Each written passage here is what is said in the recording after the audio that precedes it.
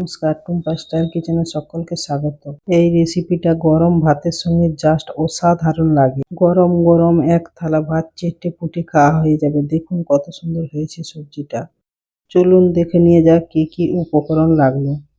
এখানে নিয়েছি পুঁই শাক, মাশরুম নিয়েছি, আর বড় সাইজের একটা পেঁয়াজ কেটে নিয়েছি, আর 2 চামচের মতো সাদা সরষা নিয়েছি। এখানে আপনারা কালো সরষাটাও নিতে পারেন। কালো সরষাটা নিলে খুব সুন্দর গন্ধ আসে আর খেতেও খুব ভালো হয়।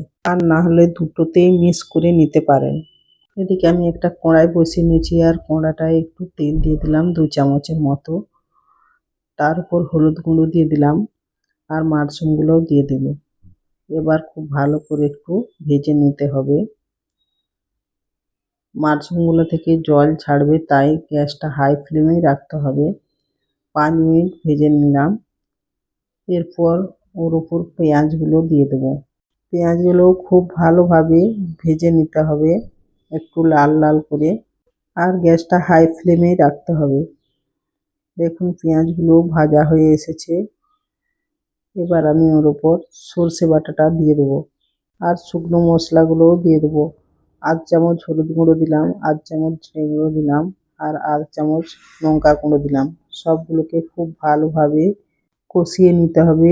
5 মিনিট ধরে খুব ভালো করে কষাতে হবে, না হলে সর্ষেটা তিতে লাগতে পারে। দেখুন খুব ভালো করে কষানো হয়ে গেছে। এবার একটু জল দিয়ে দিলাম। জলটা দিয়ে এবার আবার একটু নাড়াচাড়া করে খুব ভালো করে মিশিয়ে নিতে হবে। এরপর পুঁই শাকগুলো দিয়ে দেবো। সব পুঁই শাকগুলো দিয়ে এবার আমি একটু চাপা দিয়ে রেখে দেবো 5 মিনিটের মতো। 5 মিনিট পর দেখুন পুঁই শাকগুলো অনেকটাই নরম হয়ে গেছে। এবার খুব ভালো করে মিশিয়ে নেব।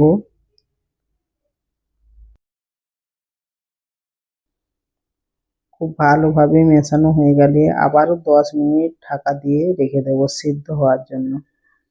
10 মিনিট পর দেখুন কত সুন্দর হয়েছে, কালারটাও খুব সুন্দর হয়েছে। এবার আমি স্বাদ মতো লবণ দিয়ে দেবো।